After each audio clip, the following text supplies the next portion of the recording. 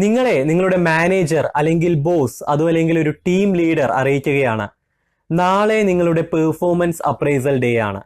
അതായത് നിങ്ങൾ ഇതുവരെ ചെയ്ത പെർഫോമൻസിനെ സൂക്ഷ്മമായി വിലയിരുത്തുന്ന ദിവസമാണ് നാളെ. എന്തായിരിക്കും നിങ്ങളുടെ മനസ്സിൽ? നമസ്കാരം, ഞാൻ സിജു രാജൻ.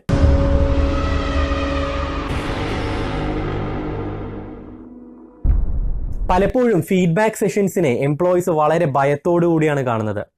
കഴിഞ്ഞുപോയ കാര്യങ്ങളെ വീണ്ടും അനലൈസ് ചെയ്യുന്ന ഒരു ദിനം, അതല്ലെങ്കിൽ അവർ ചെയ്ത പ്രവൃത്തികളെ പോസ്റ്റ്മോർട്ടം ചെയ്യുന്ന ഒരു ദിനം. എല്ലായ്പ്പോഴും ഫീഡ്ബാക്കുകൾ മറ്റുള്ളവരെ സന്തോഷിപ്പിക്കുന്ന രീതിയിൽ നൽകാൻ കഴിയില്ല. അതുകൊണ്ട് തന്നെ നെഗറ്റീവ് ഫീഡ്ബാക്കുകൾ മറ്റുള്ളവരുടെ ഫീലിങ്സിനെ ഹേർട്ട് ചെയ്യാനും സാധ്യതയുണ്ട്. പലർക്കും അവരെ ജഡ്ജ് ചെയ്യുന്നതും ക്രിട്ടിസൈസ് ചെയ്യുന്നതും ഇഷ്ടപ്പെടാറില്ല. ഒരു ഓർഗനൈസേഷനിലെ പെർഫോമൻസ് അപ്രൈസൽ അല്ലെങ്കിൽ ഫീഡ്ബാക്ക് സെഷൻ എന്ന് പറയുന്നത് ആ ഓർഗനൈസേഷനിലെ വ്യക്തികളുടെ പെർഫോമൻസിനെ ആയിരിക്കണം വിലയിരുത്തേണ്ടത്, അല്ലാതെ വ്യക്തികളെ ആവരുത്. പലപ്പോഴും ഇതല്ല ഓർഗനൈസേഷനിൽ നടക്കുന്നത്. വ്യക്തികളെ ടാർഗറ്റ് ചെയ്തിട്ടുള്ള പെർഫോമൻസ് അപ്രൈസലാണ് പലപ്പോഴും പല ഓർഗനൈസേഷൻസിലും നടക്കാറ്.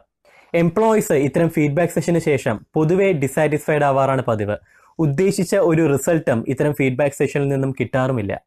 ഫീഡ്ബാക്കിൽ നിന്നും ഫീഡ് ഫോർവേഡ് എന്ന് പറയുന്ന പുതിയ കോൺസെപ്റ്റിന് രൂപം നൽകിയിരിക്കുകയാണ് മാനേജ്മെന്റ് എക്സ്പേർട്ടായ മാർഷൽ ഗോൾഡ്സ്മിത്ത്. ഫീഡ്ബാക്കിൽ കഴിഞ്ഞ കാര്യങ്ങളെക്കുറിച്ച് അനലൈസ് ചെയ്യുന്നതാണ് എങ്കിൽ ഫീഡ് ഫോർവേഡിൽ ഇനി എന്ത് ചെയ്യണം എന്നതിനെക്കുറിച്ചാണ് വിവരിക്കുന്നത്. ഫീഡ്ബാക്കുകൾ തെറ്റ് പറ്റിക്കഴിഞ്ഞാൽ അതിനെ ചൂണ്ടിക്കാണിക്കുന്നതാണ് എങ്കിൽ ഫീഡ് ഫോർവേഡുകൾ വരാൻ പോകുന്ന തെറ്റുകളെ മനസ്സിലാക്കി ഒഴിവാക്കുന്നതാണ്.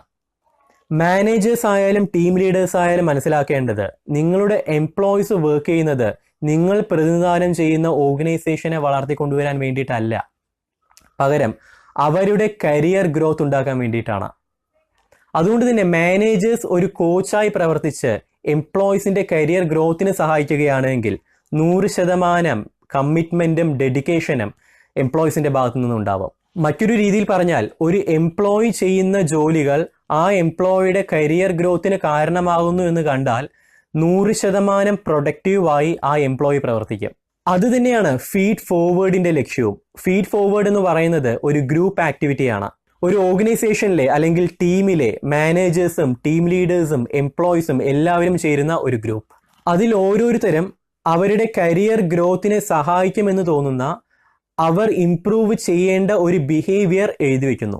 അതിനുശേഷം ആ ഗ്രൂപ്പിലെ ഓരോ മെമ്പേഴ്സിന്റെ അടുത്ത് നിന്നും ആ ബിഹേവിയർ ഇംപ്രൂവ് ചെയ്യുന്നതിനുള്ള 2 ഐഡിയാസ് ചോദിക്കുന്നു. അവിടെ കഴിഞ്ഞ കാര്യങ്ങളെക്കുറിച്ച് അനലൈസ് ചെയ്യുന്നില്ല, എന്താണ് ഇനി ചെയ്യേണ്ടത്, എന്താണ് ആ ബിഹേവിയർ ഇംപ്രൂവ് ചെയ്യാനായി ചെയ്യേണ്ടത് എന്ന് മാത്രം ചോദിക്കുന്നു.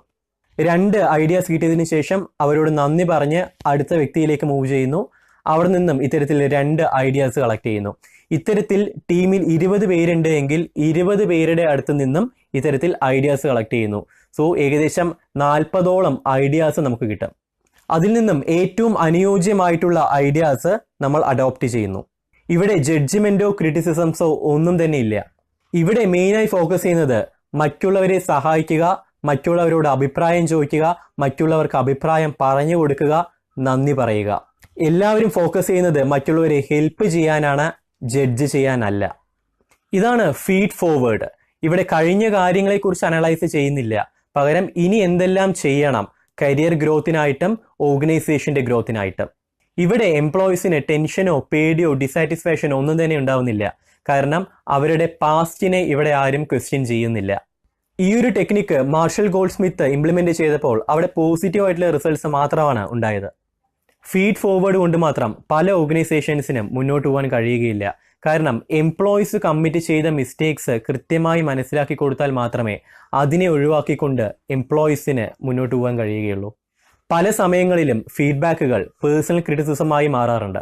അപ്പോൾ അതിനെ ഒഴിവാക്കുന്നതിനായിട്ട് കൃത്യമായ തോതിൽ ഫീഡ്ബാക്കും ഫീഡ് ഫോർവേഡും ക്രമീകരിക്കേണ്ടിയിരിക്കുന്നു. 25% ഫീഡ്ബാക്കിലും ബാക്കി 75% ഫീഡ് ഫോർവേഡിലുമാണ് ഒരു ഓർഗനൈസേഷൻ ഫോക്കസ് ചെയ്യുന്നത് എങ്കിൽ തീർച്ചയായിട്ടും എംപ്ലോയീസിന് അവർ കമ്മിറ്റ് ചെയ്ത മിസ്റ്റേക്സ് മനസ്സിലാക്കാനും അതിനെ ഓവർകം ചെയ്യുന്നതിനായിട്ട് എന്തെല്ലാം കാര്യങ്ങൾ ചെയ്യണമെന്ന് മനസ്സിലാക്കി കൊടുക്കാനും ഒരു ഓർഗനൈസേഷന് കഴിയും. അതുവഴി എംപ്ലോയീസ് സാറ്റിസ്ഫൈഡ് ആവും, അവരിൽ നിന്നും പൂർണ്ണമായിട്ടുള്ള ഒരു പ്രൊഡക്ടിവിറ്റി നമുക്ക് ഉണ്ടാക്കിയെടുക്കാനും കഴിയും.